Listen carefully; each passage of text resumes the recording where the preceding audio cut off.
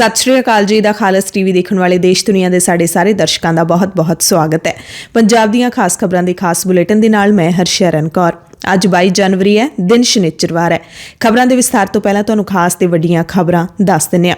ਚੋਣਾਂ ਦੀ ਗੱਲ ਜੇ ਪਹਿਲਾਂ ਕਰ ਲਈਏ ਤਾਂ ਚੋਣ ਕਮਿਸ਼ਨ ਦੇ ਵੱਲੋਂ ਅੱਜ ਸਮੀਖਿਆ ਬੈਠਕ ਕੀਤੀ ਜਾਏਗੀ। ਅੱਜ ਤੱਕ ਯਾਨੀ ਕਿ 22 ਜਨਵਰੀ ਤੱਕ ਪੰਜਾਬ ਦੇ ਵਿੱਚ ਚੋਣ ਰੈਲੀਆਂ ਅਤੇ ਰੋਡ ਸ਼ੋਜ਼ ਦੇ ਉੱਤੇ ਪਾਬੰਦੀ ਲੱਗੀ ਹੋਈ ਹੈ ਤੇ ਖਦਸ਼ਾ ਇਹ ਵੀ ਜਤਾਇਆ ਜਾ ਰਿਹਾ ਹੈ ਕਿ ਪਾਬੰਦੀ ਹੋਰ ਵਧਾਈ ਜਾ ਸਕਦੀ ਹੈ।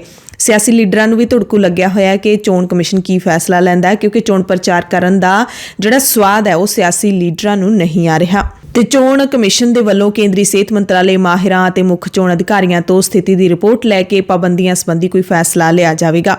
ਦੂਜੀ ਅਹਿਮ ਖਬਰ ਦਿੱਲੀ ਸਿੱਖ ਗੁਰਦੁਆਰਾ ਮੈਨੇਜਮੈਂਟ ਕਮੇਟੀ ਦੇ ਨਾਲ ਜੁੜੀ ਹੋਈ ਹੈ, ਜਿਸ ਦਾ ਅੱਜ ਗਠਨ ਕਰ ਦਿੱਤਾ ਜਾਏਗਾ।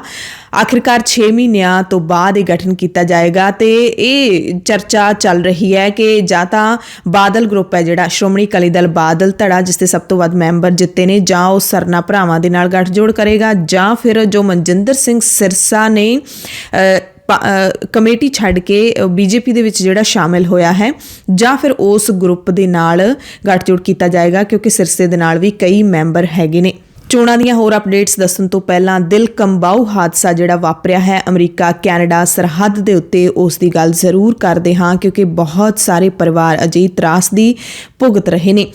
ਅਮਰੀਕਾ ਕੈਨੇਡਾ ਸਰਹੱਦ ਤੇ ਪਰਿਵਾਰ ਦੇ 4 ਜੀਆਂ ਦੀਆਂ ਜਿਹੜੀਆਂ ਲਾਸ਼ਾਂ ਮਿਲੀਆਂ ਨੇ ਉਹ ਭਾਰਤੀ ਦੱਸੀਆਂ ਜਾ ਰਹੀਆਂ ਨੇ ਅਤੇ ਭਾਰਤੀਆਂ ਦੇ ਵਿੱਚੋਂ ਕਿਹੜੇ ਸੂਬੇ ਦੇ ਰਹਿਣ ਵਾਲੇ ਨੇ ਉਹ ਹਜੇ ਪਤਾ ਲੱਗਣਾ ਬਾਕੀ ਹੈ। Manitoba royal Canadian mounted police ਯਾਨੀ ਕਿ RCMP ਨੇ ਦੱਸਿਆ ਹੈ ਕਿ ਐਮਰਸਨ ਨੇੜੇ ਕੈਨੇਡਾ ਅਮਰੀਕਾ ਸਰਹੱਦ ਤੇ ਕੈਨੇਡਾ ਵਾਲੇ ਪਾਸੇ ਬੁੱਧਵਾਰ ਨੂੰ 4 ਲਾਸ਼ਾਂ ਮਿਲੀਆਂ, ਜਿਨ੍ਹਾਂ ਦੇ ਵਿੱਚ 2 ਬਾਲਗ, ਇੱਕ ਨਵਜਨਮਿਆ ਬੱਚਾ ਤੇ ਇੱਕ ਅੱਲੜ ਸ਼ਾਮਲ ਨੇ। ਪੁਲਿਸ ਨੇ ਦੱਸਿਆ ਕਿ ਸਾਨੂੰ ਅਮਰੀਕਾ ਸੀਮਾ ਕਰ ਤੇ ਸੀਮਾ ਰੱਖਿਆ ਵਿਭਾਗ ਤੋਂ ਬੁੱਧਵਾਰ ਨੂੰ ਜਾਣਕਾਰੀ ਮਿਲੀ ਸੀ ਕਿ ਐਮਰਸਨ ਨੇੜੇ ਕੁਝ ਲੋਕਾਂ ਦਾ ਗਰੁੱਪ ਸਰਹੱਦ ਪਾਰ ਕਰਕੇ ਅਮਰੀਕਾ ਵਿੱਚ ਦਾਖਲ ਹੋਇਆ ਤੇ ਇੱਕ ਬਾਲਗ ਦੇ ਹੱਥ ਵਿੱਚ ਬੱਚੇ ਦੀ ਵਰਤੋਂ ਵਾਲੀਆਂ ਚੀਜ਼ਾਂ ਤਾਂ ਹਨ, ਪਰ ਉਹਨਾਂ ਵਿੱਚ ਨਵਜੰਮਿਆ ਬੱਚਾ ਹੈ ਨਹੀਂ। ਤੁਰੰਤ ਬਾਅਦ ਸਰਹੱਦ ਦੇ ਦੋਵੇਂ ਪਾਸੇ ਤਲਾਸ਼ੀ ਮੁਹਿੰਮ ਚਲਾਈ ਗਈ। ਦੁਪਹਿਰ ਵੇਲੇ ਇੱਕ ਪੁਰਸ਼, ਇੱਕ ਮਹਿਲਾ ਤੇ ਨਵਜੰਮੇ ਬੱਚੇ ਦੀ ਲਾਸ਼ ਮਿਲੀ, ਜਦਕਿ ਅੱਲੜ ਦੀ ਲਾਸ਼ ਕੁਝ ਦੂਰੀ ਤੋਂ ਬਰਾਮਦ ਹੋਈ ਤੇ ਇੱਕੇ ਪਰਿਵਾਰ ਦੇ 4 ਮੈਂਬਰ ਦੱਸੇ ਜਾ ਰਹੇ ਨੇ। ਪੁਲਿਸ ਨੇ ਦੱਸਿਆ ਕਿ ਉਹਨਾਂ ਸਾਰਿਆਂ ਨੇ ਗਰਮ ਕੱਪੜੇ ਪਹਿਨੇ ਹੋਏ ਸੀ, ਪਰ ਬਹੁਤ ਜ਼ਿਆਦਾ ਠੰਡ ਵਿੱਚ ਉਹਨਾਂ ਨੂੰ ਬਚਾਉਣ ਲਈ ਇਹ ਕਾਫੀ ਨਹੀਂ ਸਨ। ਯਕੀਨੀ ਤੌਰ ਤੇ ਇਹ ਇੱਕ ਦਿਲ ਕੰਬਾਊ ਹਾਦਸਾ ਹੈ ਤੇ ਸ਼ੁਰੂਆਤੀ ਜਾਂਚ ਵਿੱਚ ਇਹੀ ਲੱਗਦਾ ਹੈ ਕਿ ਸਾਰਿਆਂ ਦੀ ਮੌਤ ਠੰਡ ਕਰਕੇ ਹੋਈ ਹੈ ਤੇ ਅਮਰਸਨ ਦੇ ਵਿੱਚ ਜਿਹੜਾ ਗਰੁੱਪ ਦਾਖਲ ਹੋਇਆ ਸੀ ਉਹ ਵੀ ਪੁਲਿਸ ਨੇ ਫੜ ਲਿਆ ਹੈ, ਅਮਰੀਕੀ ਇਲਾਕੇ ਦੇ ਵਿੱਚੋਂ ਫੜਿਆ ਗਿਆ ਹੈ ਤੇ ਜਿਹੜੀਆਂ 4 ਲਾਸ਼ਾਂ ਮਿਲੀਆਂ ਨੇ ਉਹ ਸਿਰਫ ਤੇ ਸਿਰਫ ਸਰਹੱਦ ਤੋਂ 9 ਤੋਂ 12 ਮੀਟਰ ਦੀ ਦੂਰੀ ਤੇ ਹੀ ਮਿਲੀਆਂ ਨੇ। ਬਿਲਕੁਲ ਸਰਹੱਦ ਟੱਪਣ ਵਾਲੇ ਸੀ ਜਦੋਂ ਇਹ ਹਾਦਸਾ ਵਾਪਰ ਗਿਆ।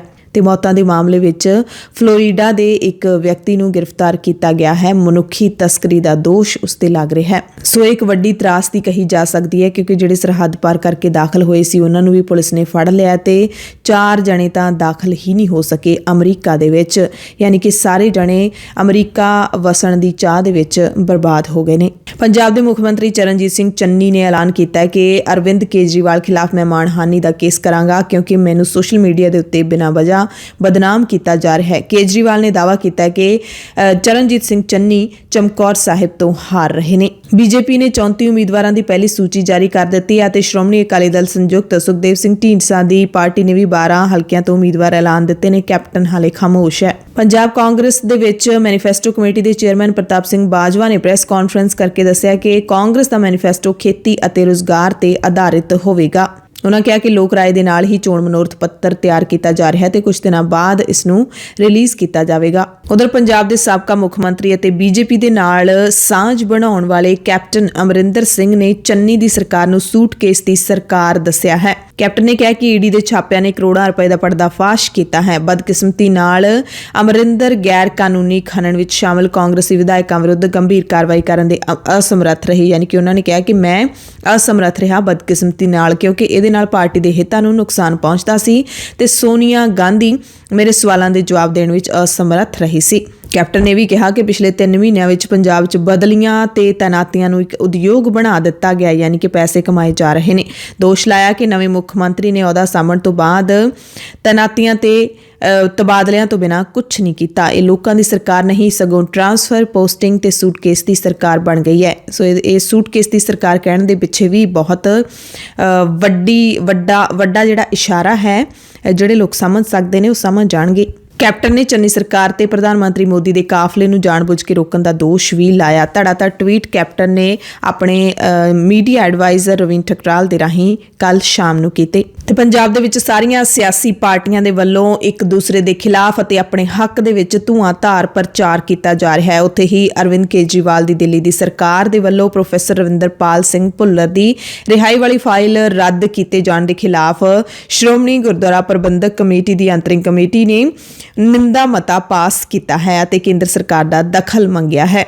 ਬਠਿੰਡੇ ਦੇ ਵਿੱਚ ਬੱਸਾਂ ਦੀ ਪੁਰਾਣੀ ਸਮਾਂ ਸਾਰਨੀ ਬਹਾਲ ਹੋਣ ਦੇ ਖਿਲਾਫ ਬੱਸ ਕਾਮਿਆਂ ਨੇ ਸ਼ਹਿਰ ਨੂੰ ਸੀਲ ਕਰ ਦਿੱਤਾ। ਖਾਸ ਕਰਕੇ ਸਰਕਾਰੀ ਬੱਸਾਂ ਦੇ ਮੁਲਾਜ਼ਮਾਂ ਨੇ ਇੱਥੇ ਚੱਕਾ ਜਾਮ ਕਰ ਦਿੱਤਾ ਸੀ। ਸਾਰੀਆਂ ਬੱਸਾਂ ਦਾ ਬੱਸ ਸਟੈਂਡ ਨੂੰ ਜਾਂਦਾ ਰਾਹ ਬੰਦ ਕਰ ਦਿੱਤਾ ਸੀ। ਵੱਡੇ ਟਰਾਂਸਪੋਰਟਰਾਂ ਨੂੰ ਫਾਇਦਾ ਦੇਣ ਦੇ ਦੋਸ਼ ਲਾਏ ਨੇ। ਸੜਕੀ ਆਵਾਜਾਈ 2 ਘੰਟਿਆਂ ਤੱਕ ਠੱਪ ਰਹੀ। ਡੀਸੀ ਦੇ ਭਰੋਸੇ ਤੋਂ ਬਾਅਦ ਜਾਮ ਖੋਲ੍ਹ ਦਿੱਤਾ ਗਿਆ। ਉਧਰ ਸੋਸ਼ਲ ਮੀਡੀਆ ਤੇ ਬੋਰਡ ਦੇ ਪੇਪਰਾਂ ਦੇ ਖਿਲਾਫ ਵਿਦਿਆਰਥੀਆਂ ਨੇ ਵੀ ਮੁਹਿੰਮ ਭਖਾ ਰੱਖੀ ਹੈ। ਪ੍ਰੀਖਿਆ ਰੱਦ ਕਰਨ ਜਾਂ ਫਿਰ ਆਨਲਾਈਨ ਕਰਵਾਉਣ ਦੀ ਮੰਗ ਦੇ ਵਿੱਚ ਮੁਹਿੰਮ ਚਲਾਈ ਜਾ ਰਹੀ ਹੈ ਤੇ ਇਸ ਮੁਹਿੰਮ ਨਾਲ ਵੱਡੀ ਗਿਣਤੀ ਵਿੱਚ ਵਿਦਿਆਰਥੀ ਜੁੜ ਚੁੱਕੇ ਨੇ। ਬੋਰਡ ਦੀਆਂ 10ਵੀਂ ਤੇ 12ਵੀਂ ਵਾਲੀਆਂ ਟਰਮ 2 ਦੀਆਂ ਪ੍ਰੀਖਿਆਵਾਂ ਰੱਦ ਕੀਤੀਆਂ ਜਾਣ ਜਾਂ ਆਨਲਾਈਨ ਚਲਾਈਆਂ ਜਾਣ, ਇਹ ਮੰਗ ਕੀਤੀ ਜਾ ਰਹੀ ਹੈ। ਦੂਸਰੇ ਪਾਸੇ CBSE ਦੇ ਵੱਲੋਂ ਪ੍ਰੀਖਿਆਵਾਂ ਰੱਦ ਕਰਨ ਦੇ ਆਸਾਰ ਬਿਲਕੁਲ ਨਾਮਾਤਰ ਨੇ। CBSE ਬੋਰਡ ਨੇ ਇਹੀ ਕਿਹਾ ਹੈ ਕਿ ਪ੍ਰੀਖਿਆਵਾਂ ਮਿੱਥੇ ਸਮੇਂ ਤੇ ਹੀ ਹੋਣਗੀਆਂ। ਟਵਿੱਟਰ ਦੇ ਉੱਤੇ #ਕੈਂਸਲ ਬੋਰਡ ਐਗਜ਼ਾਮ 2022 ਮੁਹਿੰਮ ਹੈ ਜਿਹੜੀ ਉਹ ਚਲਾਈ ਜਾ ਰਹੀ ਹੈ। ਨਾਲ ਹੀ #ਕੈਂਸਲ ਬੋਰਡ ਪ੍ਰੀਖਿਆ, ਇਸ ਰਾਹੀਂ ਵਿਦਿਆਰਥੀ ਟਵੀਟ ਕਰਕੇ ਸਵਾਲ ਕਰ ਰਹੇ ਨੇ ਕਿ ਕੀ ਬੋਰਡ ਦੇ ਪੇਪਰ ਵਿਦਿਆਰਥੀਆਂ ਦੀ ਜ਼ਿੰਦਗੀ ਨਾਲੋਂ ਵੱਧ ਮਹੱਤਵਪੂਰਨ ਨੇ ਤੇ ਸਾਰਾ ਕੁਝ ਕਰੋਨਾ ਦੇ ਵਾਧੇ ਕੇਸਾਂ ਕਰਕੇ ਹੀ ਚੱਲ ਰਿਹਾ ਹੈ। ਚੋਣਾਂ ਦੇ ਰੰਗ ਦੀ ਇੱਕ ਤਸਵੀਰ ਤੁਹਾਨੂੰ ਪਟਿਆਲਾ ਜ਼ਿਲ੍ਹੇ ਤੋਂ ਦੱਸਦੇ ਹਾਂ। ਪਟਿਆਲਾ ਜ਼ਿਲ੍ਹੇ ਦੇ ਸਮਾਣਾ ਹਲਕੇ ਵਿਚਲਾ ਪਿੰਡ ਜੌੜੇ ਮਾਜਰਾ ਅਜਿਹਾ ਪਿੰਡ ਹੈ ਜਿੱਥੋਂ ਦੇ ਰਹਿਣ ਵਾਲੇ 3 ਵਾਸੀਆਂ ਨੂੰ ਟਿਕਟਾਂ ਦੇ ਨਾਲ ਨਵਾਜਿਆ ਹੈ। ਇਹ ਟਿਕਟਾਂ ਹਾਸਲ ਕਰਨ ਵਾਲੇ ਜੌੜੇ ਮਾਜਰਾ ਵਾਸੀਆਂ ਵਿੱਚੋਂ ਹਰਿੰਦਰਪਾਲ ਸਿੰਘ ਹੈਰੀਮਾਨ ਨੂੰ ਕਾਂਗਰਸ ਨੇ ਲਗਾਤਾਰ ਦੂਜੀ ਵਾਰੀ ਹਲਕਾ ਸਨੌਰ ਤੋਂ ਟਿਕਟ ਦਿੱਤੀ ਹੈ ਤੇ ਸੰਯੁਕਤ ਸੰਘਰਸ਼ ਪਾਰਟੀ ਨੇ ਵੀ ਇਸੇ ਪਿੰਡ ਦੇ ਰਿਸ਼ਪਾਲ ਸਿੰਘ ਜੌੜੇ ਮਾਜਰਾ ਨੂੰ ਸਮਾਣੇ ਤੋਂ ਚੋਣ ਪਿੜ ਦੇ ਵਿੱਚ ਉਤਾਰਿਆ ਹੈ। ਗੁਰਨਾਮ ਸਿੰਘ ਚੜੂਨੀ ਦੀ ਇਹ ਪਾਰਟੀ ਹੈ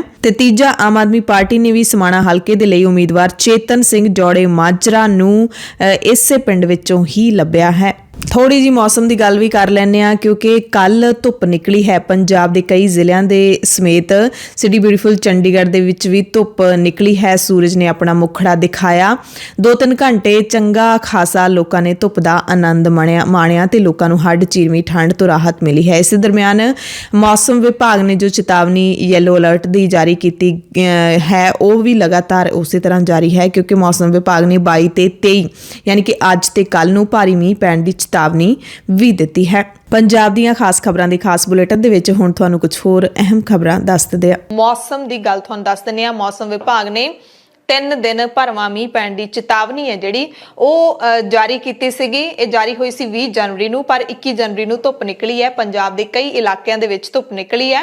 ਧੁੱਪ ਦੇ ਨਾਲ ਲੋਕਾਂ ਨੂੰ ਥੋੜੀ ਜਿਹੜੀ ਰਾਹਤ ਹੈ ਉਹ ਵੀ ਮਹਿਸੂਸ ਹੋਈ ਹੈ। ਲੋਕਾਂ ਨੇ ਅਜਿਹੇ ਸਟੇਟਸ ਨੇ ਜਿਹੜੇ ਉਹ ਆਪਣੇ ਸੋਸ਼ਲ ਮੀਡੀਆ ਅਕਾਊਂਟ ਤੇ ਪਾਏ ਸੀ ਕਿ ਸ਼ੁਕਰ ਹੈ ਤੇਰੇ ਵੀ ਦਰਸ਼ਨ ਹੋਏ, ਯਾਨੀ ਕਿ ਸੂਰਜ ਦੇਵਤਾ ਨੂੰ ਇਹ ਕਹਿੰਦੇ ਹੋਏ ਲੋਕ ਦਿਖੇ ਕਿ ਸ਼ੁਕਰ ਹੈ ਤੁਹਾਡੇ ਦਰਸ਼ਨ ਹੋ ਗਏ ਨੇ। ਤੇ ਹੁਣ ਮੌਸਮ ਵਿਭਾਗ ਨੇ ਜਿਹੜੀ 3 ਦਿਨਾਂ ਤੱਕ ਮੀਂਹ ਪੈਣ ਦੀ ਚੇਤਾਵਨੀ ਦਿੱਤੀ ਹੈ। 22 ਤੇ 23 ਤਰੀਕ ਨੂੰ ਭਾਰੀ ਮੀਂਹ ਪੈਣ ਦੀ ਚੇਤਾਵਨੀ ਹੈ। ਯੈਲੋ ਅਲਰਟ ਵੀ ਜਾਰੀ ਕਰ ਦਿੱਤਾ ਹੈ। ਪੰਜਾਬ ਤੇ ਹਰਿਆਣਾ ਦੋਵੇਂ ਸੂਬਿਆਂ ਦੇ ਵਿੱਚ ਤਾਪਮਾਨ ਜਿਹੜਾ ਹੈਗਾ ਉਹ ਆਮ ਨਾਲੋਂ ਵੱਧ ਦਰਜ ਕੀਤਾ ਗਿਆ, ਪਰ ਸੀਤ ਲਹਿਰ ਹੈ ਜਿਹੜੀ ਉਹ ਲੋਕਾਂ ਨੂੰ ਘਰੇ ਬੈਠਣ ਦੇ ਵਿੱਚ ਮਜਬੂਰ ਕਰ ਰਹੀ ਹੈ। ਤੇ ਯੈਲੋ ਅਲਰਟ ਦਾ ਮਤਲਬ ਇਹੀ ਹੁੰਦਾ ਹੈ ਕਿ ਘਰਾਂ ਦੇ ਵਿੱਚ ਤੁਸੀਂ ਰਹੋ। ਜੇ ਤੁਹਾਡਾ ਘਰੋਂ ਬਾਹਰ ਨਿਕਲਣਾ ਬਹੁਤ ਜ਼ਰੂਰੀ ਨਹੀਂ ਹੈ ਤਾਂ ਘਰੋਂ ਬਾਹਰ ਨਾ ਨਿਕਲੋ। ਅਗਲੀ ਖਬਰ ਸਰਹੱਦ ਪਾਰੋਂ ਆਈ ਹੈ। ਬਹੁਤ ਹੀ ਦਿਲ ਨੂੰ ਹਿਲਾ ਦੇਣ ਵਾਲੀ ਖਬਰ ਹੈ ਕਿਉਂਕਿ ਆਬੂ ਧਾਬੀ ਦੇ ਵਿੱਚ ਡਰੋਨ ਹਮਲੇ ਦੇ ਵਿੱਚ 2 ਨੌਜਵਾਨ ਵੀ ਮਾਰੇ ਗਏ ਸੀ। ਇਹ ਦੱਸਿਆ ਜਾ ਰਿਹਾ ਸੀ ਕਿ 2 ਭਾਰਤੀ ਨੌਜਵਾਨ ਮਾਰੇ ਗਏ ਨੇ ਤੇ ਬੜੀ ਬਦਕਿਸਮਤੀ ਹੈ ਪੰਜਾਬ ਦੇ ਨੌਜਵਾਨਾਂ ਦੀ ਕਿ ਦੋਵੇਂ ਭਾਰਤੀ ਪੰਜਾਬ ਦੇ ਰਹਿਣ ਵਾਲੇ ਸੀ। ਅੰਮ੍ਰਿਤਸਰ ਤੇ ਮੋਗਾ ਜ਼ਿਲ੍ਹਿਆਂ ਦੇ ਨਾਲ ਰਹਿਣ ਵਾਲੇ ਸੀ। 2 ਨੌਜਵਾਨ ਨੇ ਜਿਹੜੇ ਉੱਥੇ ਮਾਰੇ ਗਏ ਹਮਲੇ ਦੇ ਵਿੱਚ ਉਹਨਾਂ ਦੀਆਂ ਲਾਸ਼ਾਂ ਪੰਜਾਬ ਪਹੁੰਚ ਚੁੱਕੀਆਂ ਨੇ। ਅੰਮ੍ਰਿਤਸਰ ਦੇ ਸ਼੍ਰੀ ਗੁਰੂ ਰਾਮਦਾਸ ਜੀ ਕੌਮਾਂਤਰੀ ਹਵਾਈ ਅੱਡੇ ਰਾਜਾ ਸਾਂਸੀ ਤੇ ਦੋਵਾਂ ਦੀਆਂ ਮ੍ਰਿਤਕ ਦੇਹਾਂ ਪਹੁੰਚੀਆਂ।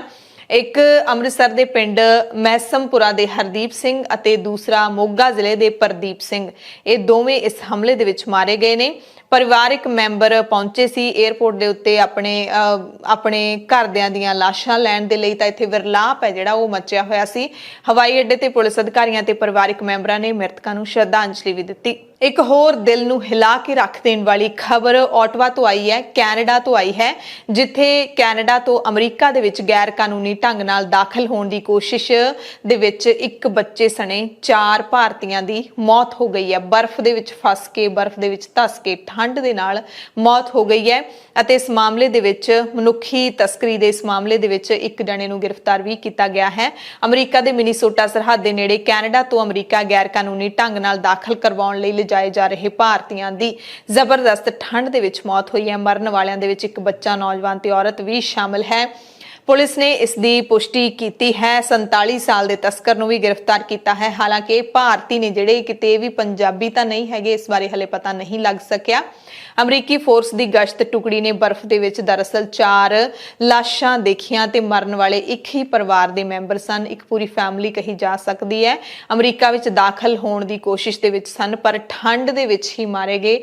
ਬਰਫ਼ ਦੇ ਵਿੱਚ ਹੀ ਜਾਂਦੇ ਜਾਂਦੇ ਉੱਥੇ ਹੀ ਜੰਮ ਕੇ ਉਹਨਾਂ ਦੀ ਜਾਨ ਚਲੀ ਗਈ ਹੈ। ਬਹੁਤ ਹੀ ਦਰਦਨਾਕ ਮੌਤ ਇਸ ਨੂੰ ਕਹਿ ਸਕਦੇ ਹਾਂ। ਪਰ ਇਹ ਜਿਹੜਾ ਪ੍ਰਵਾਸ ਹੈ, ਇਹ ਬਹੁਤ ਸਾਰੇ ਲੋਕਾਂ ਦੀਆਂ, ਖਾਸ ਕਰਕੇ ਅਨੇਕਾਂ ਹੀ ਪੰਜਾਬੀਆਂ ਦੀਆਂ ਜਾਨਾਂ ਲੈ ਗਿਆ ਹੈ। ਬਹੁਤ ਸਾਰੇ ਇਹੋ ਜਿਹੀਆਂ ਥਾਵਾਂ ਨੇ, ਡੌਂਕੀ ਸ਼ਬਦ ਤੁਸੀਂ ਸੁਣਿਆ ਹੀ ਹੋਣਾ, ਤੇ ਜਿੱਥੋਂ ਜਦੋਂ ਗੈਰ ਕਾਨੂੰਨੀ ਤਰੀਕੇ ਨਾਲ ਦਾਖਲ ਹੋਣ ਦੀ ਕੋਸ਼ਿਸ਼ ਇਹਨਾਂ ਨੂੰ ਕਰਵਾਈ ਜਾਂਦੀ ਹੈ, ਜਿਹੜੇ ਏਜੰਟ ਹੈਗੇ ਨੇ ਲੱਖਾਂ ਲੱਖਾਂ ਰੁਪਈਏ ਲੈ ਕੇ ਇਹਨਾਂ ਨੂੰ ਗੈਰ ਕਾਨੂੰਨੀ ਢੰਗ ਦੇ ਨਾਲ ਕੰਧਾਂ ਟਪਾਉਂਦੇ ਨੇ, ਤਾਂ ਅੱਧੇ ਤਾਂ ਰਾਹ ਦੇ ਵਿੱਚ ਹੀ ਰਹਿ ਜਾਂਦੇ ਨੇ। ਤੇ ਰਾਹ ਦੇ ਵਿੱਚ ਜਾਂਦਿਆਂ ਨੂੰ ਇਹਨਾਂ ਨੂੰ ਕਿੰਨੇ ਜ਼ੁਲਮ ਤੇ ਤਸੀਹੇ ਝੱਲਣੇ ਪੈਂਦੇ ਨੇ। ਉਹ ਜਿਹੜੀਆਂ ਕਹਾਣੀਆਂ ਨੇ ਉਹ ਪੰਜਾਬੀਆਂ ਤੋਂ ਲੁਕੀਆਂ ਨਹੀਂ ਹੈਗੀਆਂ। ਅਗਲੀ ਖਬਰ ਮਨੁੱਖੀ ਹੱਕਾਂ ਦੇ ਨਾਲ ਜੁੜੀ ਹੋਈ ਹੈ। ਪ੍ਰੋਫੈਸਰ ਦਵਿੰਦਰਪਾਲ ਸਿੰਘ ਭੁੱਲਰ ਦੀ ਰਿਹਾਈ ਦੇ ਮਾਮਲੇ ਦੇ ਵਿੱਚ ਸ਼੍ਰੋਮਣੀ ਗੁਰਦੁਆਰਾ ਪ੍ਰਬੰਧਕ ਕਮੇਟੀ ਵੀ ਆਖਿਰਕਾਰ ਜਾਗ ਪਈ ਹੈ। ਸਿੱਖਾਂ ਦੀ ਨੁਮਾਇੰਦਾ ਜਥੇਬੰਦੀ ਹੈ, ਸ਼੍ਰੋਮਣੀ ਸੰਸਥਾ ਹੈ। ਹਰ ਅਜਿਹੇ ਮੁੱਦੇ ਦੇ ਉੱਤੇ ਜਾਗਣਾ ਤਾਂ ਪਹਿਲਾਂ ਚਾਹੀਦਾ ਹੁੰਦਾ ਹੈ, ਪਰ ਸ਼੍ਰੋਮਣੀ ਕਮੇਟੀ ਭਾਵੇਂ ਠੀਕ ਹੈ ਦੇਰੀ ਨਾਲ ਜਾਗੀ ਹੈ, ਪਰ ਆਵਾਜ਼ ਜ਼ਰੂਰ ਚੁੱਕੀ ਹੈ ਕਿ ਪ੍ਰੋਫੈਸਰ ਦਵਿੰਦਰਪਾਲ ਸਿੰਘ ਭੁੱਲਰ ਦੀ ਰਿਹਾਈ ਹੋਣੀ ਚਾਹੀਦੀ ਹੈ। ਤੇ ਇਸ ਮਾਮਲੇ ਦੇ ਵਿੱਚ ਕਮੇਟੀ ਨੇ ਜਿਹੜਾ ਹੈਗਾ ਉਹ ਕਾਰਵਾਈ ਦਾ ਐਲਾਨ ਵੀ ਕਰ ਦਿੱਤਾ ਹੈ। ਉਹਨਾਂ ਨੇ ਕਿਹਾ ਕਿ ਅਸੀਂ ਭਾਰਤ ਸਰਕਾਰ ਤੱਕ ਜਾਵਾਂਗੇ, ਲੋੜ ਪਈ ਤਾਂ ਕਾਨੂੰਨੀ ਕਾਰਵਾਈ ਵੀ ਕਰਾਂਗੇ। ਐਸਜੀਪੀਸੀ ਪ੍ਰਧਾਨ ਐਡਵੋਕੇਟ ਹਰਜਿੰਦਰ ਸਿੰਘ ਧਾਮੀ ਨੇ ਇਕੱਤਰਤਾ ਸੱਦੀ ਅੰਤਰਿਮ ਕਮੇਟੀ ਦੀ। ਇਸ ਦੇ ਵਿੱਚ ਦਿੱਲੀ ਸਰਕਾਰ ਵੱਲੋਂ ਪ੍ਰੋਫੈਸਰ ਭੁੱਲਰ ਦੀ ਰਿਹਾਈ ਨੂੰ ਲੈ ਕੇ ਜੋ ਨਾਪੱਖੀ ਰਵੱਈਆ ਅਪਣਾਇਆ ਹੋਇਆ, ਉਸ ਦੀ ਕਰੜੀ ਆਲੋਚਨਾ ਕੀਤੀ। ਭਾਰਤ ਸਰਕਾਰ ਤੋਂ ਇਸ ਮਾਮਲੇ ਵਿੱਚ ਦਖਲ ਦੇਣ ਦੀ ਮੰਗ ਕੀਤੀ ਹੈ ਐਡਵੋਕੇਟ ਹਰਜਿੰਦਰ ਸਿੰਘ ਧਾਮੀ ਨੇ, ਅਤੇ ਉਹਨਾਂ ਨੇ ਕਿਹਾ ਕਿ ਕੇਜਰੀਵਾਲ ਸਰਕਾਰ ਨੇ ਰਿਹਾਈ ਵਾਲੀ ਅਰਜ਼ੀ ਰੱਦ ਕਰਕੇ ਸਿੱਖ ਭਾਵਨਾਵਾਂ ਦੇ ਨਾਲ ਖਿਲਵਾੜ ਕੀਤਾ ਹੈ।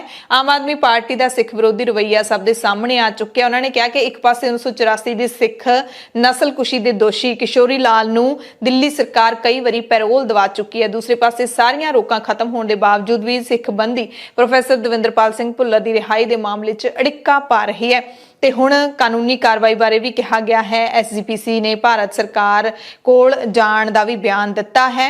ਉਹਨਾਂ ਕਿਹਾ ਕਿ ਦਿੱਲੀ ਦੇ ਸੀਐਮ ਦੇ ਵੱਲੋਂ 1984 ਦੇ ਸਿੱਖ ਕਤਲੇਆਮ ਸੰਬੰਧੀ ਕਾਂਗਰਸ ਨੂੰ ਕਲੀਨ ਚਿੱਟ ਦੇਣ ਵਾਲਾ ਬਿਆਨ ਜਿਹੜਾ ਬੀਤੇ ਸਮੇਂ ਦੇ ਵਿੱਚ ਦਿੱਤਾ ਗਿਆ ਹੈ, ਉਹ ਵੀ ਕੇਜਰੀਵਾਲ ਦੀ ਸਿੱਖ ਵਿਰੋਧੀ ਮਾਨਸਿਕਤਾ ਨੂੰ ਪ੍ਰਗਟਾਉਂਦਾ ਹੈ ਤੇ ਜਿਹੇ ਦੋਗਲੇ ਕਿਰਦਾਰ ਵਾਲੇ ਲੀਡਰ ਨੂੰ ਸਿੱਖ ਕਦੇ ਵੀ ਮਾਫ ਨਹੀਂ ਕਰਨਗੇ। ਨਾਲ ਹੀ ਐਸਜੀਪੀਸੀ ਪ੍ਰਧਾਨ ਨੇ ਮੰਗ ਕੀਤੀ ਹੈ ਕਿ ਪ੍ਰੋਫੈਸਰ ਭੁੱਲਰ ਦੇ ਨਾਲ ਸਜ਼ਾਵਾਂ ਪੂਰੀਆਂ ਕਰ ਚੁੱਕੇ ਹਰ ਕੈਦੀ ਨੂੰ, ਹਰ ਸਿੱਖ ਕੈਦੀ ਨੂੰ ਰਿਹਾ ਕੀਤਾ ਜਾਵੇ। ਔਰ ਪੰਜਾਬ ਦੇ ਵਿੱਚ ਕਿਉਂਕਿ ਇਹਨਾਂ ਦਿਨਾਂ ਦਾ ਬਹੁਤ ਇੱਕ ਸਰਗਰਮ ਜਿਹੜਾ ਮੁੱਦਾ ਉਹ ਪ੍ਰੋਫੈਸਰ ਦਵਿੰਦਰਪਾਲ ਸਿੰਘ ਜੀ ਭੁੱਲਰ ਜੀ ਦੀ ਰਿਹਾਈ ਹੈ।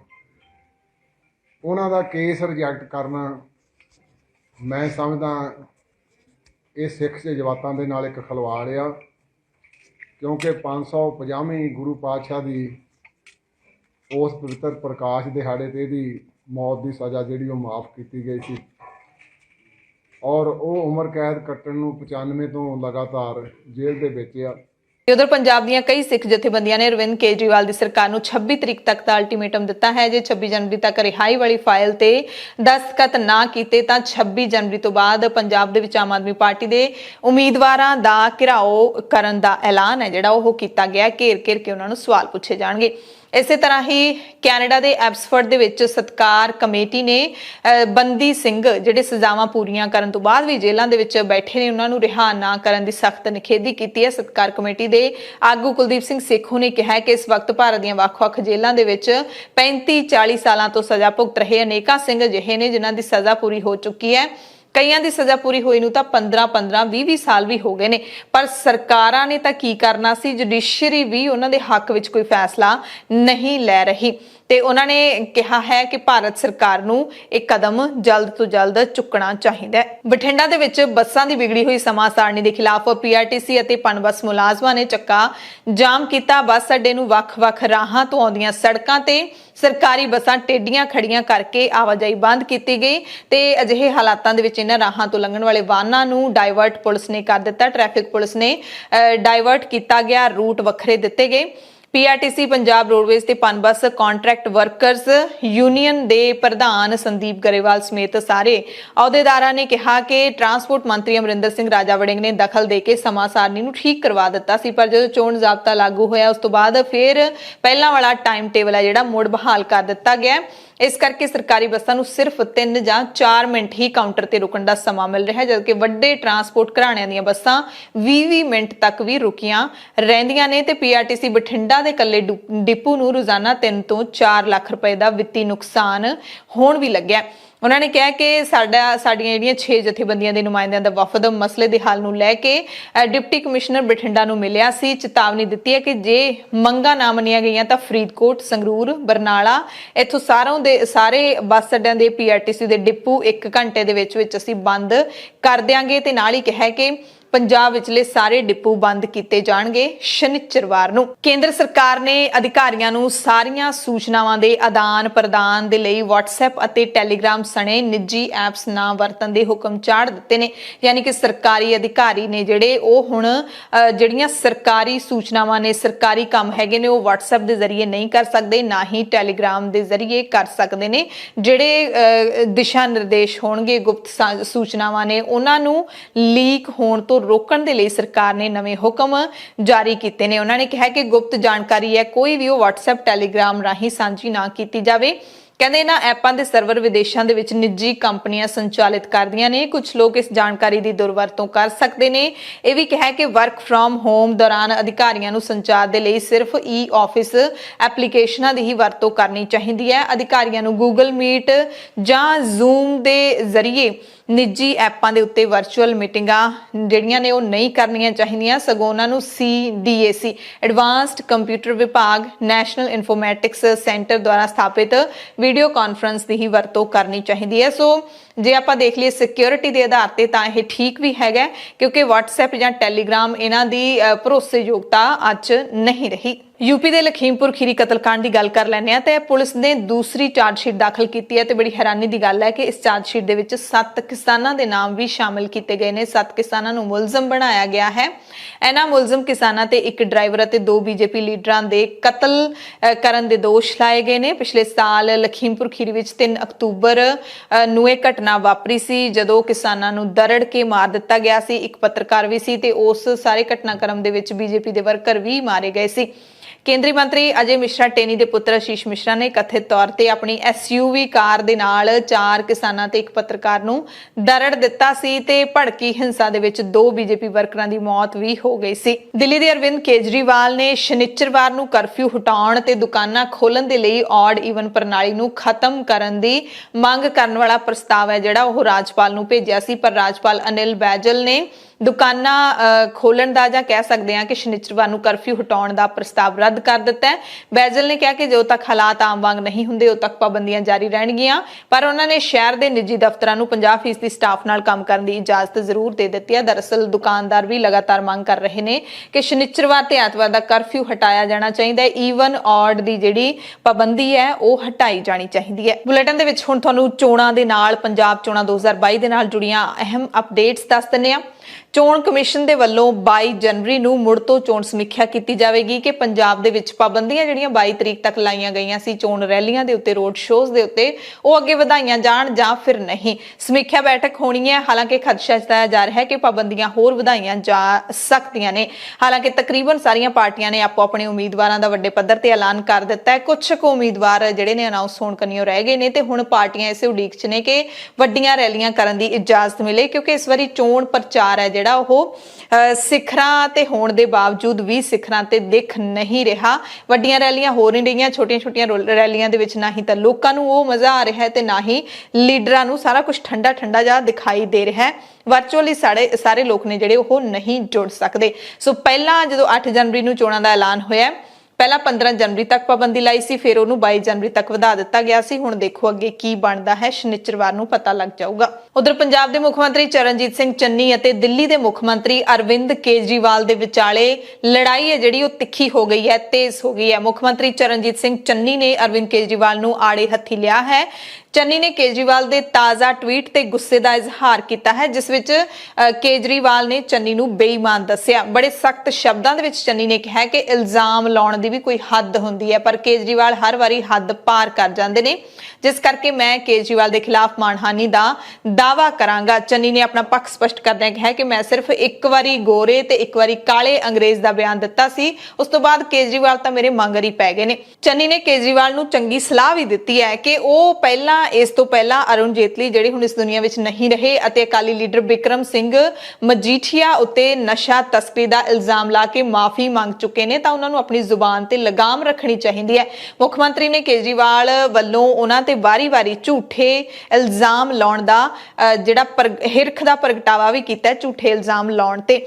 ਚੰਨੀ ਨੇ ਕਿਹਾ ਕਿ ਕੇਜਰੀਵਾਲ ਆਪਣੇ ਸੋਸ਼ਲ ਮੀਡੀਆ ਪਲੇਟਫਾਰਮ ਤੇ ਮੇਰੀ ਫੋਟੋ ਲਾ ਕੇ ਵਾਰੀ-ਵਾਰੀ ਮੈਨੂੰ ਬਦਨਾਮ ਕਰ ਰਹੇ ਨੇ, ਜਿਹਨੂੰ ਮੈਂ ਹੋਰ ਬਰਦਾਸ਼ਤ ਨਹੀਂ ਕਰ ਸਕਦਾ। ਮੇਰੇ ਭਾਣਜੇ ਦੇ ਘਰੋਂ ਜਿਹੜੀ ਰਕਮ ਮਿਲੀ ਹੈ ਉਸ ਦੇ ਨਾਲ ਮੇਰਾ ਕੋਈ ਸੰਬੰਧ ਨਹੀਂ ਹੈ, ਪਹਿਲਾਂ ਵੀ ਮੈਂ ਮੀਡੀਆ 'ਚ ਸਪਸ਼ਟ ਕਰ ਚੁੱਕਿਆ। ਚੰਨੀ ਨੇ ਦਾਅਵਾ ਕੀਤਾ ਕਿ ਮੈਂ ਆਪਣੀ ਪਾਰਟੀ ਤੋਂ ਪ੍ਰਵਾਨਗੀ ਮੰਗੀ ਹੈ ਕਿ ਮੈਂ ਕੇਜਰੀਵਾਲ ਦੇ ਖਿਲਾਫ ਮਾਣਹਾਨੀ ਦਾ ਦਾਅਵਾ ਕਰਾਂ, ਕੇਸ ਦਾਇਰ ਕਰਨ ਤੋਂ ਮੈਂ ਪਿੱਛੇ ਨਹੀਂ ਹਟਾਂਗਾ। ਯਾਰ ਇਹ ਕਿੱਦਾਂ ਦਾ ਬੰਦਾ ਹੈ? ਕੋਈ ਅਣਖ ਪੱਲੇ ਹੈ ਕਿ ਨਹੀਂ? ਕੋਈ ਸ਼ਿਸ਼ਟਾਚਾਰ, ਕੋਈ ਸੱਭਿਆਚਾਰ ਕੋਈ ਪੱਲੇ ਹੈ ਕਿ ਨਹੀਂ? ਮੈਂ ਉਹਨਾਂ ਨੂੰ ਫੇਰ ਕਹਿੰਦਾ ਹੈ ਕਿ ਆਪਣੇ ਆਪ ਤੇ ਕਾਬੂ ਕਰੋ। ਰਾਜਨੀਤੀ ਵਿੱਚ ਵੀ ਕੋਈ ਆਪਸੀ ਜਾਂ ਇੱਕ ਸੱਭਿਆਚਾਰਕ ਗੱਲ ਹੁੰਦੀ, ਇੱਕ ਮਾਪਦੰਡ ਹੁੰਦੇ ਆ, ਇੱਕ ਸ਼ਿਸ਼ਟਾਚਾਰ ਹੁੰਦਾ, ਇੱਕ ਕੋਈ ਤਰੀਕੇਕਾਰ ਹੁੰਦਾ ਹੈ। ਬਿਨਾਂ ਮਤਲਬ ਤੇ ਕਿਸੇ ਤੇ ਇਲਜ਼ਾਮ ਲਗਾਈ ਜਾਣੇ, ਇਹ ਕਿੱਥੇ ਤੱਕ ਚੱਲੂਗਾ? ਪੈਸੇ ਕਿਸੇ ਤੋਂ ਮਿਲੇ, ਰੇਡਾਂ ਕਿਸੇ ਦੇ ਹੋਈਆਂ, ਮੇਰੀ ਫੋਟੋ ਦੇ ਨਾਲ ਚੱਕ ਕੇ ਪੈਸਿਆਂ ਦੀ ਫੋਟੋ ਪਾ ਕੇ ਮੈਨੂੰ ਬੇਈਮਾਨ ਦੱਸ ਰਿਹਾ। ਇਹਦਾ ਭਤੀਜਾ 130 ਕਰੋੜ 'ਚ ਫੜ ਹੋਇਆ ਸੀ, ਇਹਨੇ ਆਪਣੇ ਨਾਲ ਉਹਦੀ ਫੋਟੋ ਪਾ ਕੇ ਆਪਣੇ ਆਪ ਨੂੰ ਬੇਈਮਾਨ ਦੱਸਿਆ। ਮੈਂ ਆਪਣੀ ਪਾਰਟੀ ਨੂੰ ਬੇਨਤੀ ਕੀਤੀ ਹੈ ਕਿ ਮੈਨੂੰ ਪਰਮਿਸ਼ਨ ਦਿਓ, ਮੈਂ ਇਹਦੇ ਤੇ ਮਾਨਹਾਨੀ ਦਾ ਦਾਅਵਾ ਕਰਨਾ। ਮੈਨੂੰ ਮਜਬੂਰਨ ਕਰਨਾ ਪੈ ਰਿਹਾ। ਮੈਂ ਪਹਿਲਾਂ ਨਹੀਂ ਮਾਨਹਾਨੀ ਦਾ ਕਰਿਆ, ਇਹਨੇ ਮੇਰੀ ਧੀਆਂ ਭੈਣਾਂ ਵਾਸਤੇ ਵੀ ਕਹਿ ਲਿਆ, ਮੈਂ ਜਦ ਨਹੀਂ ਬੋਲਿਆ। ਹੁਣ ਇਹ ਮੈਨੂੰ ਬੇਈਮਾਨ ਦੱਸ ਰਿਹਾ। ਸਿੱਧਾ ਲਿਖਿਆ ਇਹਨੇ ਆਪਣੀ ਫੇਸਬੁੱਕ ਤੇ ਕਿ ਜੀ ਇਹ ਬੇਈਮਾਨ ਬੰਦਾ ਹੈ, ਇਹ ਆਮ ਆਦਮੀ ਨਹੀਂ, ਇਹ ਬੇਈਮਾਨ ਹੈ। ਕਿੰਨਾ ਕੁ ਚੱਲੇਗਾ? ਕਿਸ ਤਰੀਕੇ ਨਾਲ ਕਰਨਗੇ?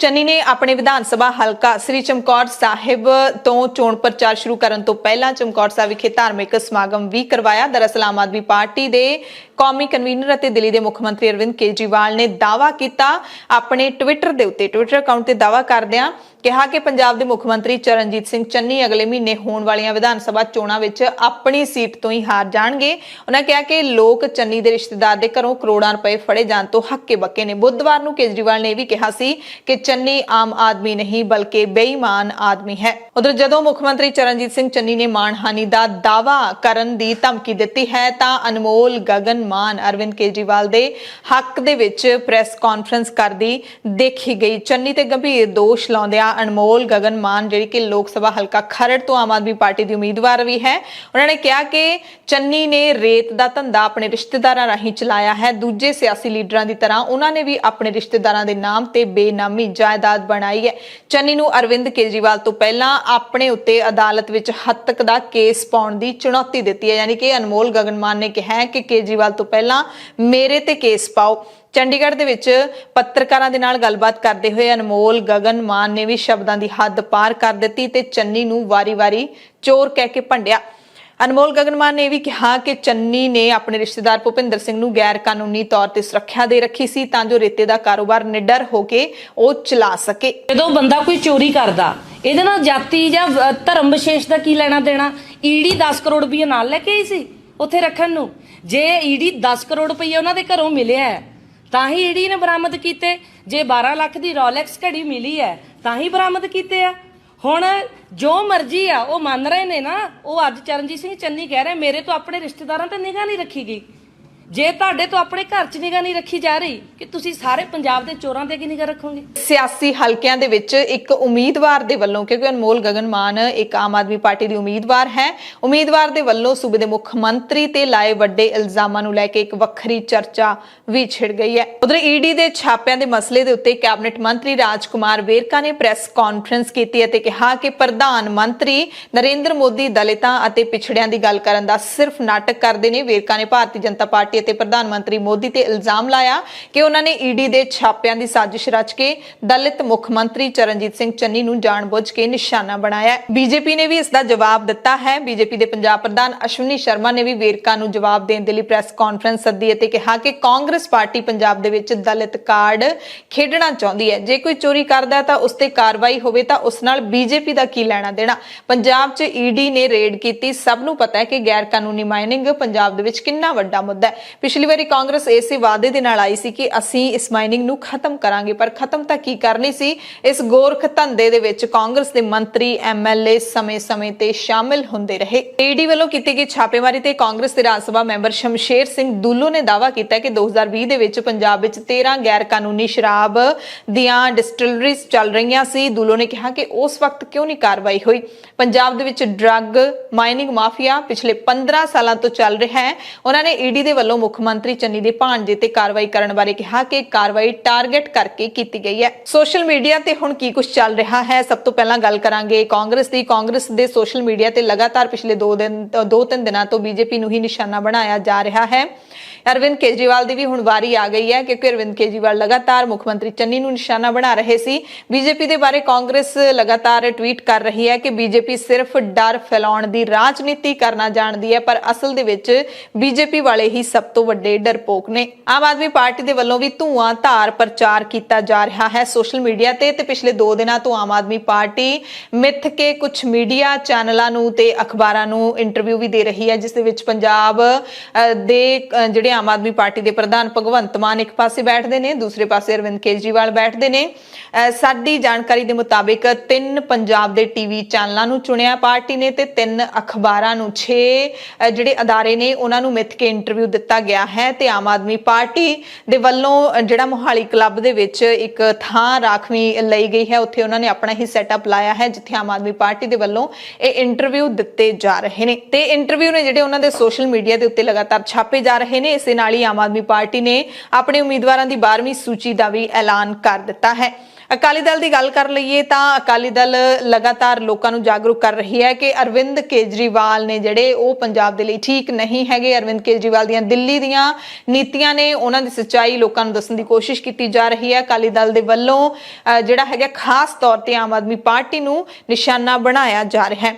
ਇਹ ਵੀ ਕਿਹਾ ਜਾ ਰਿਹਾ ਹੈ ਕਿ ਪੰਜਾਬ ਦੇ ਵਿੱਚ ਸ਼੍ਰੋਮਣੀ ਅਕਾਲੀ ਦਲ ਦੀਆਂ ਨਵੀਆਂ ਲੋਕ ਭਲਾਈ ਨੀਤੀਆਂ ਬਾਰੇ ਜੇ ਤੁਸੀਂ ਜਾਣਨਾ ਚਾਹੁੰਦੇ ਹੋ ਤੇ ਜੇ ਤੁਸੀਂ ਇਸ ਪੰਥਕ ਪਾਰਟੀ ਦੇ ਨਾਲ ਜੁੜਨਾ ਚਾਹੁੰਦੇ ਹੋ ਤਾਂ ਸਾਡੀ ਅਕਾਲੀ ਦਲ ਦੀ ਐਪ ਨੂੰ ਆਪਣੇ ਫੋਨ ਤੇ ਡਾਊਨਲੋਡ ਕਰ ਲਓ।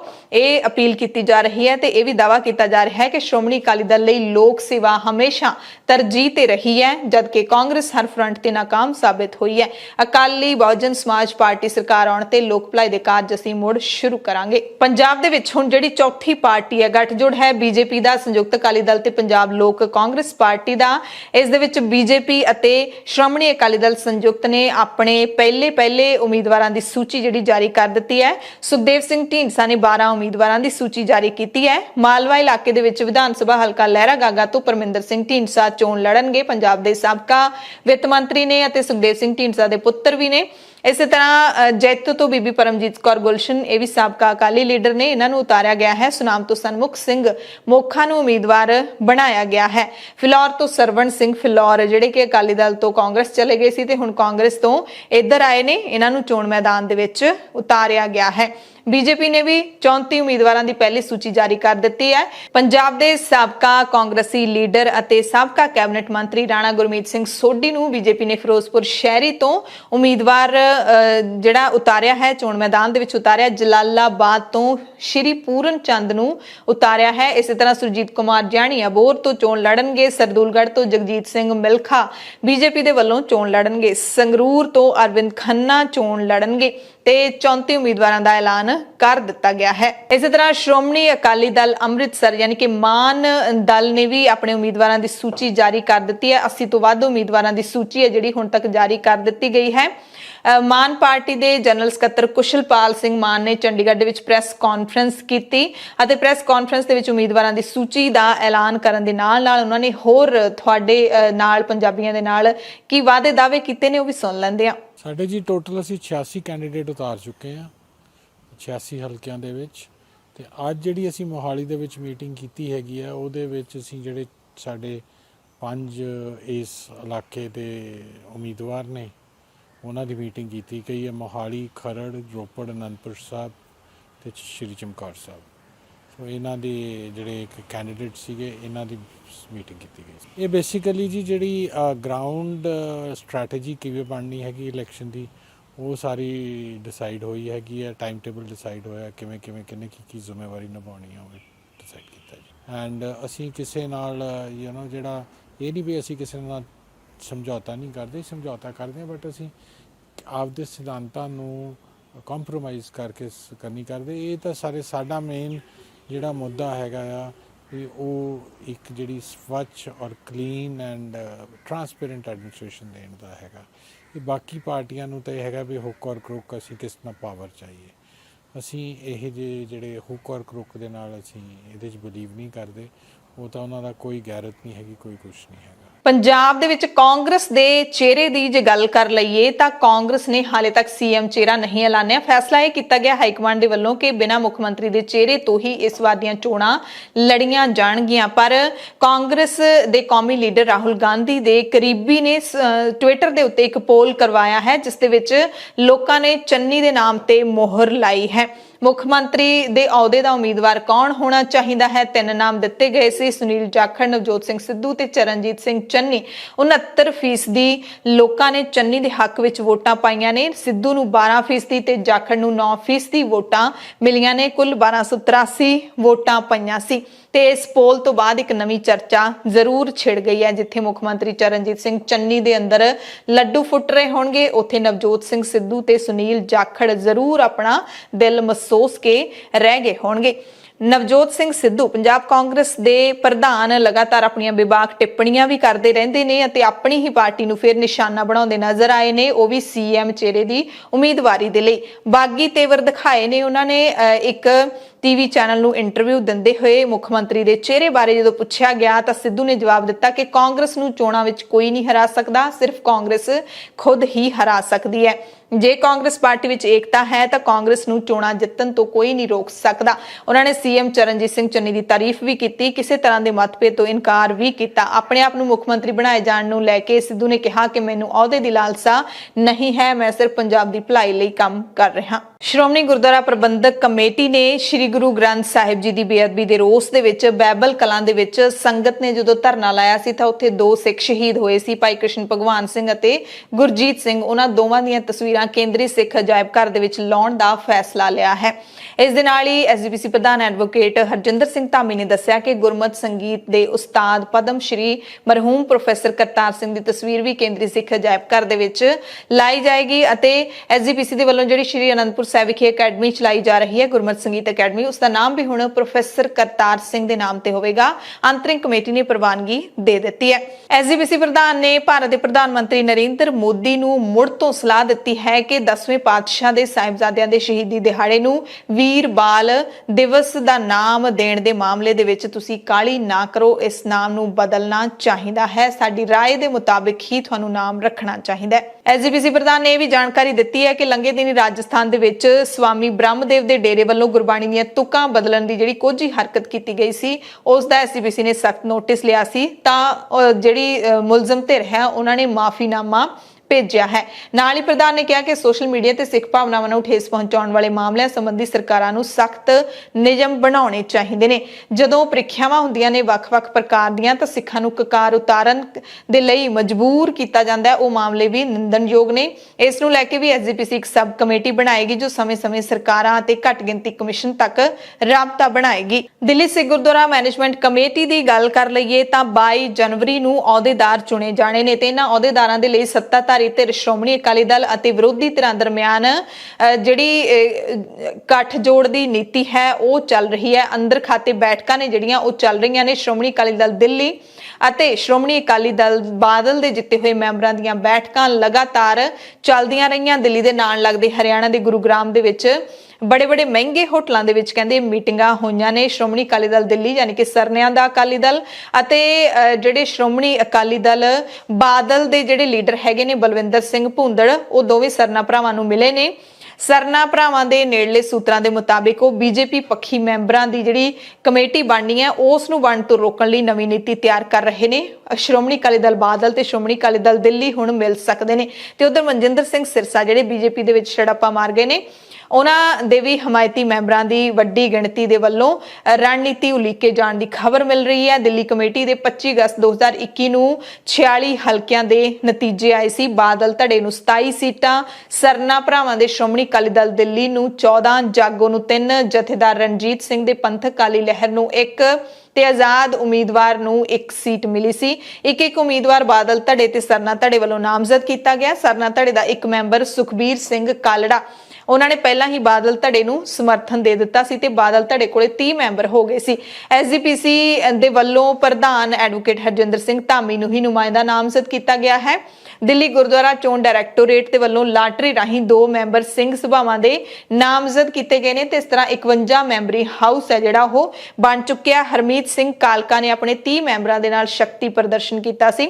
ਉਸ ਤੋਂ ਬਾਅਦ ਅੰਦਰੂਨੀ ਸਰਗਰਮੀਆਂ ਤੇਜ਼ ਹੋਈਆਂ, ਹਲਚਲ ਵਧੀ ਤੇ ਹੁਣ 22 ਜਨਵਰੀ ਨੂੰ ਗਠਨ ਕਰ ਦਿੱਤਾ ਜਾਵੇਗਾ ਦਿੱਲੀ ਸਿੱਖ ਗੁਰਦੁਆਰਾ ਪ੍ਰਬੰਧਕ ਕਮੇਟੀ ਦੇ ਅਹੁਦੇਦਾਰਾਂ ਦਾ। ਦੇਸ਼ ਦੀ ਸਰਵਉੱਚ ਅਦਾਲਤ ਨੇ ਕਿਹਾ ਹੈ ਕਿ ਕਿਸੇ ਹਿੰਦੂ ਮਰਦ ਦੇ ਬਿਨਾਂ ਵਸੀਅਤ ਦੇ ਮਰਨ ਦੀ ਹਾਲਤ ਵਿੱਚ ਉਸ ਦੀਆਂ ਧੀਆਂ ਵੀ ਪਿਤਾ ਵੱਲੋਂ ਖਰੀਦੀ ਗਈ ਜਾਇਦਾਦ ਅਤੇ ਹੋਰ ਜਾਇਦਾਦ ਲੈਣ ਦੀਆਂ ਹੱਕਦਾਰ ਹੋਣਗੀਆਂ ਤੇ ਉਹਨਾਂ ਨੂੰ ਹੋਰ ਮੈਂਬਰਾਂ ਦੇ ਨਾਲੋਂ ਵੱਧ ਤਰਜੀਹ ਹੋਵੇਗੀ। ਹਿੰਦੂ ਉੱਤਰਾਧਿਕਾਰੀ ਐਕਟ ਤਹਿਤ ਹਿੰਦੂ ਔਰਤਾਂ ਤੇ ਵਿਧਵਾਵਾਂ ਨੂੰ ਜਾਇਦਾਦ ਦੇ ਅਧਿਕਾਰ ਨਾਲ ਸੰਬੰਧਿਤ ਮਾਮਲੇ ਦੀ ਸੁਣਵਾਈ ਸੁਪਰੀਮ ਕੋਰਟ ਦੇ ਵਿੱਚ ਚੱਲ ਰਹੀ ਸੀ, ਜਿਸ ਸੰਬੰਧੀ ਫੈਸਲਾ ਦਿੰਦੇ ਹੋਏ ਜਸਟਿਸ ਐਸ ਅਬਦੁਲ ਨਜ਼ੀਰ ਅਤੇ ਜਸਟਿਸ ਕ੍ਰਿਸ਼ਨਾ ਮੁਰਾਰੀ ਦੇ ਬੈਂਚ ਨੇ ਕਿਹਾ ਕਿ ਜੇਕਰ ਕੋਈ ਬੰਦਾ ਬਿਨਾਂ ਵਸੀਅਤ ਤੋਂ ਮਰ ਜਾਂਦਾ ਹੈ ਤਾਂ ਮੌਤ ਤੋਂ ਬਾਅਦ ਉਸ ਦੀ ਜਾਇਦਾਦ ਹਾਸਲ ਕੀਤੀ ਜਾ ਸਕਦੀ ਹੈ ਜਾਂ ਜੱਦੀ ਜਾਇਦਾਦ ਦੀ ਵੰਡ ਤੋਂ ਬਾਅਦ ਧੀਆਂ ਵੱਲੋਂ ਵੀ ਉਸ ਦੀ ਵੰਡ ਤੇ ਹੱਕ ਜਤਾਇਆ ਜਾ ਸਕਦਾ ਹੈ। ਇਹ ਫੈਸਲਾ ਬੇਟੀਆਂ ਦੇ ਬਟਵਾਰੇ ਦੇ ਮੁਕੱਦਮੇ ਨੂੰ ਖਾਰਜ ਕਰਨ ਵਾਲੇ ਮਦਰਾਸ ਹਾਈ ਕੋਰਟ ਦੇ ਫੈਸਲੇ ਦੇ ਖਿਲਾਫ ਅਪੀਲ ਦੇ ਉੱਤੇ ਸੁਣਾਇਆ ਗਿਆ। ਸ਼ੁੱਕਰਵਾਰ ਨੂੰ ਸੁਪਰੀਮ ਕੋਰਟ ਦੇ ਬਾਹਰ ਇੱਕ ਹੋਰ ਘਟਨਾ ਵੀ ਵਾਪਰੀ। ਇੱਕ ਵਿਅਕਤੀ ਨੇ ਮਿੱਟੀ ਦਾ ਤੇਲ ਪਾ ਕੇ ਖੁਦ ਨੂੰ ਅੱਗ ਲਾ ਲਈ। ਅੱਗ ਤੇ ਕਾਬੂ ਤਾਂ ਪਾ ਲਿਆ ਗਿਆ, ਪਰ ਜਿਹੜਾ ਵਿਅਕਤੀ ਹੈ ਉਸ ਦੀ ਹਾਲਤ ਗੰਭੀਰ ਹੈ, ਹਸਪਤਾਲ ਦੇ ਵਿੱਚ ਦਾਖਲ ਹੈ। ਆਤਮ ਹੱਤਿਆ ਦੀ ਕੋਸ਼ਿਸ਼ ਕਰਨ ਵਾਲੇ ਦੀ ਪਛਾਣ ਰਾਜਭਰ ਗੁਪਤਾ ਦੇ ਵਜੋਂ ਹੋਈ ਹੈ। ਨੋਇਡਾ ਦਾ ਰਹਿਣ ਵਾਲਾ ਹੈ। ਉਸਨੇ ਅਜਿਹਾ ਕਿਉਂ ਕੀਤਾ, ਕੁਝ ਨਹੀਂ ਪਤਾ ਲੱਗ ਸਕਿਆ। ਪੁਲਿਸ ਮਾਮਲੇ ਦੀ ਜਾਂਚ ਕਰ ਰਹੀ ਹੈ। ਬਰਨਾਲਾ ਦੀ ਦਾਣਾ ਮੰਡੀ ਦੇ ਵਿੱਚ ਭਾਰਤੀ ਕਿਸਾਨ ਯੂਨੀਅਨ ਏਕਤਾ ਡਕੌਂਦਾ ਦੇ ਵੱਲੋਂ ਕੇਂਦਰ ਤੇ ਸੂਬੇ ਦੇ ਨਾਲ ਸੰਬੰਧਿਤ ਕਿਸਾਨੀ ਮੰਗਾਂ ਬਾਰੇ ਸੂਬਾ ਪੱਧਰੀ ਵੱਡੀ ਰੈਲੀ ਕੀਤੀ ਗਈ, ਜਿਸ ਦਾ ਨਾਮ ਜੁਝਾਰ ਰੈਲੀ ਰੱਖਿਆ ਗਿਆ। ਕਿਸਾਨ ਅੰਦੋਲਨ ਦੇ ਸ਼ਹੀਦਾਂ ਨੂੰ ਸ਼ਰਧਾਂਜਲੀ ਭੇਂਟ ਕਰਨ ਦੇ ਲਈ ਇੱਥੇ ਜਥੇਬੰਦੀ ਦਾ ਜਿਹੜਾ ਝੰਡਾ ਹੈ ਉਹ ਵੀ ਝੁਕਾਇਆ ਗਿਆ। ਰੈਲੀ ਦੇ ਵਿੱਚ ਯੂਨੀਅਨ ਦੇ ਪ੍ਰਧਾਨ ਬੂਟਾ ਸਿੰਘ ਬੁਰਜਗਿੱਲ ਨੇ ਕਿਸਾਨਾਂ ਨੂੰ 3 ਖੇਤੀ ਦੇ ਕਾਲੇ ਕਾਨੂੰਨ ਰੱਦ ਕਰਵਾਉਣ ਦੀ ਜਿੱਤ ਸੰਬੰਧੀ ਕਿਹਾ ਕਿ ਅਸੀਂ ਹਾਲੇ ਇੱਕ ਪੜਾਅ ਹੀ ਜਿੱਤਿਆ ਹੈ। ਖੇਤੀ ਨੂੰ ਲਾਹੇਵੰਦ ਕਿੱਤਾ ਬਣਾਉਣ ਦਾ ਬਹੁਤ ਲੰਬਾ ਤੇ ਔਖਾ ਯੁੱਧ ਸਾਡੇ ਸਾਹਮਣੇ ਹੈ ਤੇ ਇਸ ਯੁੱਧ ਨੂੰ ਜਿੱਤੇ ਬਿਨਾਂ ਸਾਡੀ ਹਾਲਤ ਵਿੱਚ ਕੋਈ ਸੁਧਾਰ ਨਹੀਂ ਹੋਣਾ। ਇਹ ਵੀ ਤੁਹਾਨੂੰ ਦੱਸ ਦਿੰਦੇ ਹਾਂ ਕਿ ਜਿਹੜੀ ਸੰਯੁਕਤ ਸਮਾਜ ਮੋਰਚਾ ਬਣਿਆ ਹੈ, ਸਿਆਸੀ ਪਾਰਟੀ ਬਣੀ ਹੈ, ਉਸ ਦੇ ਵਿੱਚ BKU ਏਕਤਾ ਡਕਾਉਂਦਾ ਸ਼ਾਮਿਲ ਨਹੀਂ ਹੈ। ਇਹਨਾਂ ਲੀਡਰਾਂ ਨੇ ਪੰਜਾਬ ਸਰਕਾਰ ਨੂੰ ਚੇਤਾਵਨੀ ਦਿੱਤੀ ਹੈ ਕਿ ਉਹ ਆਪਣੇ ਵਾਅਦੇ ਮੁਤਾਬਿਕ ਕਿਸਾਨਾਂ ਮਜ਼ਦੂਰਾਂ ਦੇ ਸਾਰੇ ਕਰਜ਼ੇ ਮਾਫ ਕਰੇ, ਵਰਨਾ ਕਿਸਾਨਾਂ ਦੇ ਤਿੱਖੇ ਸੰਘਰਸ਼ ਦਾ ਸਾਹਮਣਾ ਕਰਨ ਦੇ ਲਈ ਤਿਆਰ ਰਹੇ। ਸਾਹਿਬਜ਼ਾਦਾ ਅਜੀਤ ਸਿੰਘ ਨਗਰ ਮੋਹਾਲੀ ਤੋਂ ਖਬਰ ਹੈ, ਜਿੱਥੇ ਰਿਹਾਇਸ਼ੀ ਖੇਤਰ ਫੇਜ਼ 5 ਦੇ ਵਿੱਚ ਦਿਨ ਦਿਹਾੜੇ ਗੋਲੀਆਂ ਚੱਲਣ ਦੇ ਕਾਰਨ ਦਹਿਸ਼ਤ ਫੈਲ ਗਈ ਤੇ ਇੱਕ ਨੌਜਵਾਨ ਇੱਥੇ ਗੋਲੀ ਲੱਗਣ ਕਾਰਨ ਜ਼ਖਮੀ ਵੀ ਹੋਇਆ ਹੈ, ਹਸਪਤਾਲ ਦੇ ਵਿੱਚ ਦਾਖਲ ਹੈ। ਜ਼ਖਮੀ ਹੋਣ ਵਾਲੇ ਨੌਜਵਾਨ ਦਾ ਨਾਮ ਹਰਪ੍ਰੀਤ ਸਿੰਘ ਹੈ, ਜਿਹੜਾ ਕਿ ਖਰੜ ਦਾ ਰਹਿਣ ਵਾਲਾ ਸੀ। ਗੋਲੀ ਚੱਲਣ ਵੇਲੇ ਨੌਜਵਾਨ ਦੇ ਨਾਲ ਇੱਕ ਲੜਕੀ ਸੀ। ਪੁਲਿਸ ਨੇ ਜ਼ਖਮੀ ਨੌਜਵਾਨ ਦੇ ਮਾਪਿਆਂ ਨੂੰ ਇਤਲਾਹ ਦੇ ਦਿੱਤੀ ਅਤੇ ਲੜਕੀ ਤੋਂ ਪੁਲਿਸ ਨੇ ਪੁੱਛ ਪੜਤਾਲ ਕੀਤੀ। ਕਲੱਬ ਹਾਊਸ ਮੋਬਾਈਲ ਐਪ ਤੇ ਮੁਸਲਿਮ ਔਰਤਾਂ ਦੇ ਬਾਰੇ ਇਤਰਾਜ਼ਯੋਗ ਟਿੱਪਣੀ ਕਰਨ ਦੇ ਮਾਮਲੇ ਵਿੱਚ ਮੁੰਬਈ ਪੁਲਿਸ ਨੇ 3 ਲੋਕਾਂ ਨੂੰ ਗ੍ਰਿਫਤਾਰ ਕੀਤਾ ਹੈ। ਮੁੰਬਈ ਸਾਈਬਰ ਪੁਲਿਸ ਨੇ ਇੱਕ ਔਰਤ ਦੀ ਸ਼ਿਕਾਇਤ ਤੋਂ ਬਾਅਦ ਮਾਮਲਾ ਦਰਜ ਕਰਕੇ ਕਾਰਵਾਈ ਕੀਤੀ ਹੈ। ਗ੍ਰਿਫਤਾਰ ਲੋਕਾਂ ਦੀ ਪਛਾਣ ਮੁੰਬਈ ਪੁਲਿਸ ਨੇ ਆਕਾਸ਼ ਜੈਸ਼ਨਵ ਅਤੇ ਜਸ਼ ਪਰਾਸ਼ਰ ਦੇ ਵਜੋਂ ਕੀਤੀ ਹੈ। ਖਬਰਾਂ ਦੇ ਇਸ ਬੁਲੇਟਿਨ ਦੇ ਵਿੱਚ ਹੁਣ ਤੁਹਾਡੇ ਸਭ ਤੋਂ ਇਜਾਜ਼ਤ ਚਾਹੁੰਦੇ ਹਾਂ ਤੇ ਦਖਾਲਸ ਟੀਵੀ ਤੇ ਅਸੀਂ ਲਗਾਤਾਰ ਪੂਰਾ ਦਿਨ ਪੰਜਾਬ ਚੋਣਾਂ 2022 ਦੇ ਨਾਲ ਜੁੜੀਆਂ ਅਪਡੇਟਸ ਨੇ ਜਿਹੜੀਆਂ ਖੋਜ ਭਰਪੂਰ ਉਹ ਦਿੰਦੇ ਰਹਿੰਦੇ ਹਾਂ। ਧੰਨਵਾਦ।